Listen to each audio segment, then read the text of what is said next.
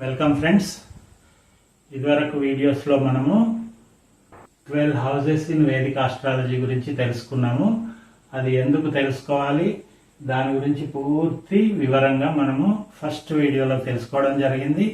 తర్వాత నెక్స్ట్ వీడియోలో మనము ఈస్ట్ వైపు ఉండేటువంటి నార్త్ ఈస్ట్ ఎక్స్టెన్షను మరియు సౌత్ ఈస్ట్ ఎక్స్టెన్షన్ గురించి తెలుసుకోవడం జరిగింది. అండ్ థర్డ్ వీడియోలో మనము నార్త్ వైపు ఉండే నార్త్ ఈస్ట్ ఎక్స్టెన్షన్ మరియు నార్త్ వెస్ట్ ఎక్స్టెన్షన్ గురించి తెలుసుకోవడం జరిగింది. ఈ వీడియోలో మనము వెస్ట్ వైపు ఉండేటువంటి నార్త్ వెస్ట్ ఎక్స్టెన్షన్ మరియు సౌత్ వెస్ట్ ఎక్స్టెన్షన్ గురించి తెలుసుకుందాం.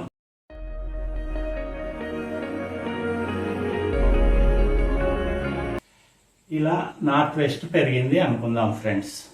సో ఈ నార్త్ వెస్ట్ పెరగడం వల్ల మనకు ఏం జరుగుతుంది, ఈ 6th హౌస్ ఈ 7th హౌస్ ఎన్హాన్స్ అవుతుంది. సో మనకు 6th హౌస్కి సంబంధించింది ఏముంది, ఇక్కడ 6th హౌస్ అంటే లాసెస్, ఖర్చులు. ఇదేంటంటే ధనస్థానం అనమాట. 6th హౌస్ అనేది సిక్స్త్ హౌస్ అనేది డిసీజెస్ సంబంధించింది మరియు అప్పులకు సంబంధించింది మరియు ఎనిమీస్కు సంబంధించింది. తర్వాత మన అత్తగారి తరఫు రిలేషన్కి సంబంధించింది. తర్వాత ఇంజురీస్కు సంబంధించింది అనమాట. ఈ 6th హౌస్ అనేది మనకు మంచిది కాదు. కాబట్టి ఈ 6th ఎక్స్టెన్షన్ అనేది మనకు మంచిది కాదు. అలాగే 7th కూడా చూసుకుందాం. 7th హౌస్ కూడా కొంతవరకు ఎక్స్టెండ్ అవుతుంది కదా ఇందులో. సో 7th హౌస్ రిజల్ట్స్ ఏంటంటే మ్యారేజ్, పార్ట్నర్షిప్, లివింగ్ రిలేషన్స్ మరియు లాంగ్ జర్నీస్కు సంబంధించినటువంటి స్థానం అన్నమాట.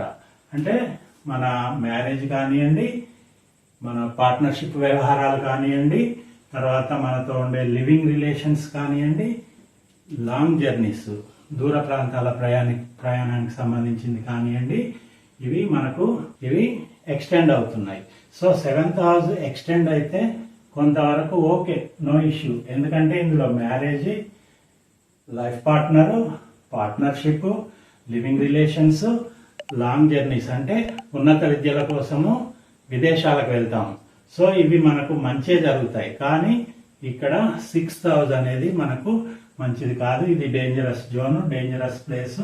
డిసీజెస్, డెప్ట్స్ అంటే రోగాలు, అప్పులు, శత్రువులు, తర్వాత మన అత్తగారింటికి సంబంధించినటువంటి గొడవలు, ఇంజురీస్ ఇలాంటివి జరుగుతాయి. కాబట్టి మనము ఎప్పుడు కానీ నార్త్ వెస్ట్ ఎక్స్టెన్షన్ అనేది మనకు ఉపయోగపడదు, అలా పెంచుకోకూడదు. ఒకవేళ పెరిగినట్టయితే మనం సరి చేసుకోవాలి. నెక్స్ట్ ఇంకొక రకంగా వెస్ట్ వైపు పెరుగుతుంది. ఇదే వెస్ట్ వైపు సౌత్ వెస్ట్ పెరిగింది అనుకుందాం. ఇది నార్త్ వెస్ట్, ఇది సౌత్ వెస్ట్.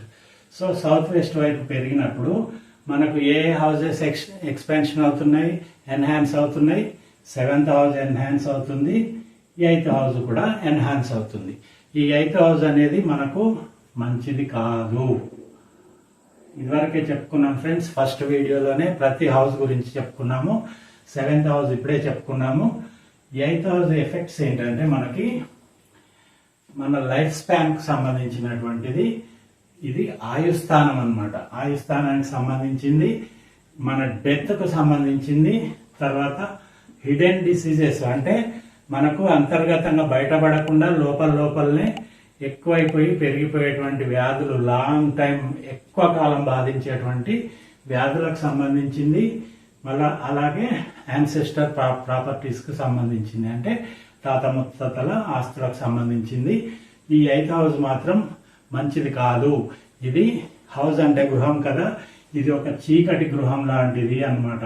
సో దీంట్లో ఏం జరుగుతుంది అనేది మనకు నష్టం వచ్చేదాకా కూడా బయటపడదు. చేతులు దాటిపోయే వరకు కూడా ఇది బయటపడదు. ఇది ఒక చీకటి గది లాంటిది. 8వ స్థానం అస్సలు మంచిది కాదు.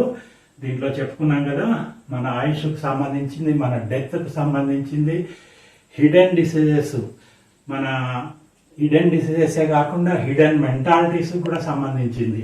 సో ఇది మంచిది కాదు. అలాగే ఇక్కడ 6వ స్థానం కూడా కొంత పెరుగుతుంది, ఇది కూడా మంచిది కాదు. 7వ స్థానం మంచిదైనప్పటికీ ఈ 2 స్థానాలు మనకు కలిసి రావడం లేదు కాబట్టి మనకు ఈ సౌత్ వెస్ట్ వైపు వెస్ట్లో ఉన్నటువంటి సౌత్ వెస్ట్ ఎక్స్టెన్షన్ అనేది మంచిది కాదు.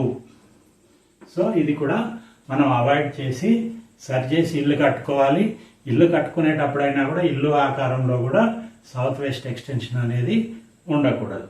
ఇది ఈరోజు వీడియో ఫ్రెండ్స్. ఈ వీడియో మీకు నచ్చినట్టయితే ఒక లైక్ ఇవ్వండి, అలాగే మీ ఫ్రెండ్స్కి షేర్ చేయండి.